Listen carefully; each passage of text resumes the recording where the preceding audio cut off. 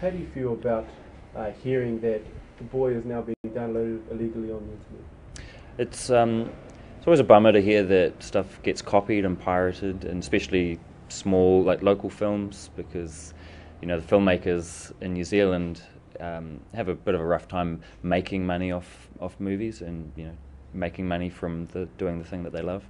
So that's always a bit gutting, is to know that sort of everyone's getting ripped off, and especially trying to tell like Māori stories and put them out there as well, knowing that that no one's really going to get the kickbacks that they were hoping for.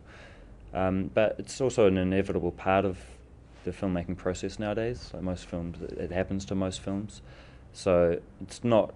I'm not surprised that it's happened, and I'm kind of flattered that people want to see the film that much. But yeah, I prefer people to see it at the movies, or on a DVD, an official DVD when it comes out. Do you think a harder line needs to be taken on video piracy? I think it's pretty hard to take a hard line on the piracy, because it's unstoppable. You're never going to be able to crack down on it, and I don't think punishing people is really the way to do it. I think it's just trying to instill more of an honor system, or something where instill an idea that it is bad and a bad thing to do, and that nobody really wins, and especially the filmmakers. So I think it's about stopping it before it happens, rather than trying to crack down on the people who have actually done it. You talked a bit earlier about how you've had some support from Māori communities in this area. Could you just elaborate on that?